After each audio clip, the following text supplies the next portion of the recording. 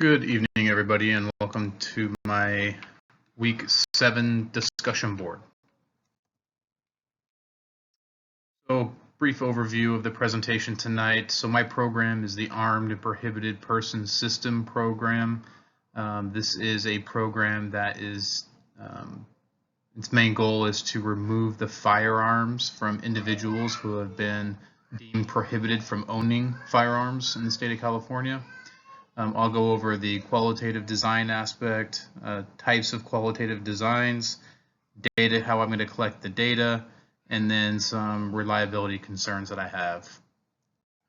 So the qualitative design aspect of this program is the analysis of the process that the Department of Justice takes to investigate each case and how efficient that process is to getting the case closed and removing the guns from the people who are prohibited from owning the weapons.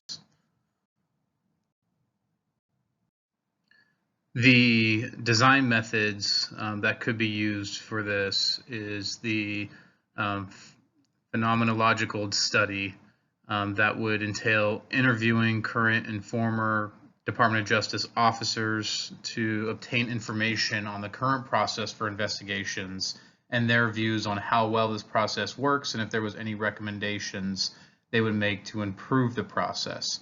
You can also interview former Department of Justice officers as well to obtain their views on the efficiency and the process of these case investigations. Another design you could use is the case study design, which would entail reviewing a number of investigations that are either actively being investigated or have been completed in order to evaluate the process, validate information gathered from the phenomenological study that was conducted. So the way the data collection would work would be that data would be collected through interviews. As I mentioned, interviews with active and past Department of Justice officers who conducted the investigations along with management.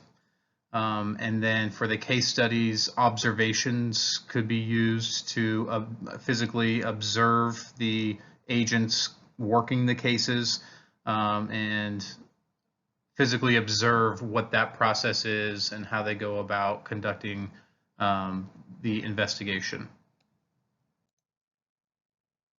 A couple of reliability concerns I would have with the data is I would be weary about the active officers' fear of sharing of information. If there was information that they could share that may shed a negative light on the agency, they may have a concern of retaliation or a negative perception of them by management. Another thing I would be weary about has to do with the past Department of Justice officers that would be interviewed, as I would not know the full details or the reasons of why they were separated from employment with the agency, and if any of that experience could potentially provide a bias in their responses one way or the other. So you'd have to be on the lookout for that. And then the last one, when it comes to the observation, physical observation of the process, would be the Hawthorne effect, and that officers could conduct themselves differently because they know that they're being watched from what they would normally do in an investigation.